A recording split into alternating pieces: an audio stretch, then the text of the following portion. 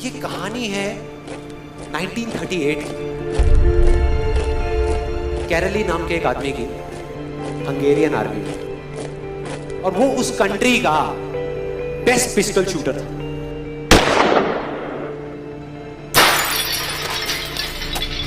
जितनी भी national championships हुई थी उस कंट्री में, उसको वो जीत चुका था। और सबको ऑलमोस्ट कंफर्म था कि 1940s में जो ओलंपिक्स होने वाले हैं उसमें गोल्ड मेडल कैरली को ही मिलेगा। और उसने सालों से ट्रेनिंग करी थी।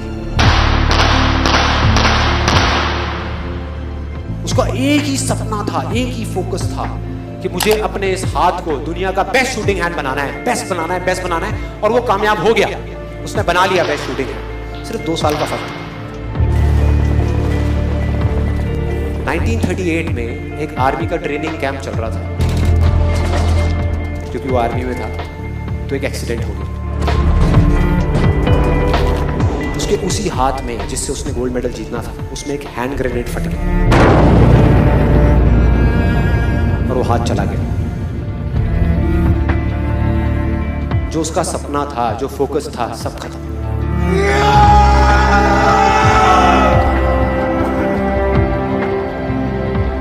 उसके पास 2 रास्ते थे। एक तो ये कि वो बाकी की पूरी जिंदगी रोता रहे और कहीं जा करके छुप जाए, या अपना जो गोल था जिस पे उसने फोकस किया हुआ था उसको पकड़ करके रखे। तो उसने फोकस किया उस पे नहीं जो चला गया था, जो उसके पास नहीं था। उसने फोकस किया उस पे जो उसके पास था।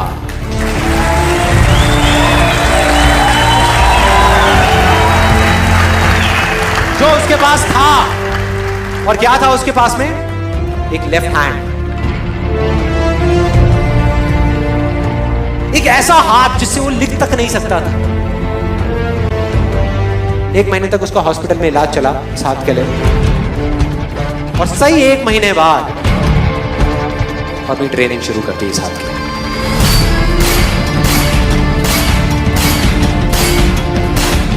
ट्रेनिंग के 1 साल बाद, मतलब कि 1939 में वो वापस आया। नेशनल चैंपियनशिप्स हो रही थी वहीं पे हंगरी में, और बाकी भी बहुत सारे पिस्टल शूटर्स थे वहां पे। उन्होंने जा करके उसको कांग्रेचुलेट किया, कहा कि यार देखो, ये होता है जज्बा, ये होती है स्पोर्ट्समैन स्पिरिट, कि इतना सब कुछ होने के बाद भी तुम यहां पर आए हो हमको देखने के लिए और हमारा हौसला बढ़ाने के लिए। किसी को नहीं पता था कि वो 1 साल से अपनी ट्रेनिंग कर रहा था लेफ्ट हैंड की, और उसने जवाब दिया, मैं यहां पर तुम्हारा हौसला बढ़ाने नहीं आया, तुम्हारे साथ कॉम्पीट करने आया हूं, तुमसे लड़ने आया हूं, तैयार हो जाओ। और कंपटीशन हुआ। बाकी सब वहां पर जितने भी लोग थे वो कॉम्पीट कर रहे थे अपने बेस्ट हैंड से। ये कॉम्पीट कर रहा था अपने ओनली हैंड से, ओनली हैंड से। कौन जीता? The man with the only hand, Kairali जीत गया। लेकिन वो यहां नहीं रुका। उसका गोल क्लियर था कि मुझे इस हाथ को, इस कंट्री का नहीं, इस पूरी दुनिया का बेस्ट शूटिंग हैंड बनाना है। उसने अपना सारा फोकस उठा करके डाला 1940 पे, जब ओलंपिक्स होने वाले थे। लेकिन 1940s के ओलंपिक्स कैंसिल हो गए वर्ल्ड वॉर की वजह से।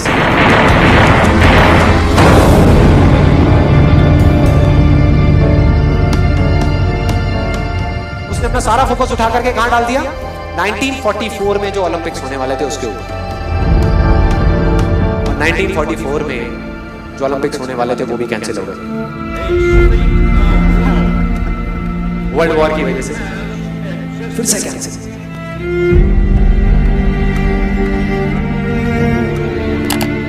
उसने अपना सारा फोकस उठा करके डाल दिया 1948 के ओलंपिक्स में। 1938 में उसकी एज थी 28 साल, 1948 में उसकी एज हो चुकी थी 38 इयर्स। और जो यंगर जो प्लेयर्स आते हैं निकल करके, उनसे कॉम्पीट करना मुश्किल होता चला जाता है। लेकिन मुश्किल नाम का ये वर्ड था ही नहीं उसकी डिक्शनरी में। वो गया, पूरे वर्ल्ड के बेस्ट शूटर्स आए हुए थे जो अपने बेस्ट हैंड से कॉम्पीट कर रहे थे, और ये अपने ओनली हैंड से कॉम्पीट कर रहा था। और कौन जीता? The man with the only hand.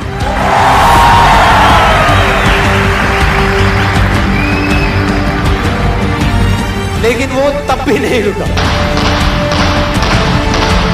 1952 Olympics,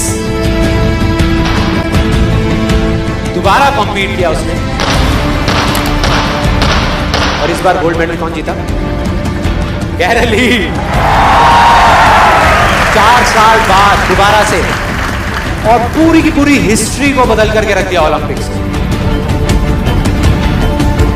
इस पर्टिकुलर कंपटीशन में उससे पहले किसी भी एथलीट ने लगातार 2 गोल्ड मेडल्स नहीं जीते।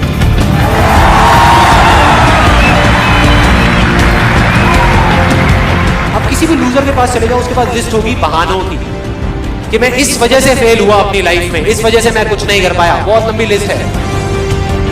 और दूसरी तरफ विनर के पास चले जाओ, उसके पास में 1000 वजह होगी वो ना करने की जो वो करना चाहता है, सिर्फ एक वजह होगी वो करने की जो वो करना चाहता है, और वो कर जाएगा।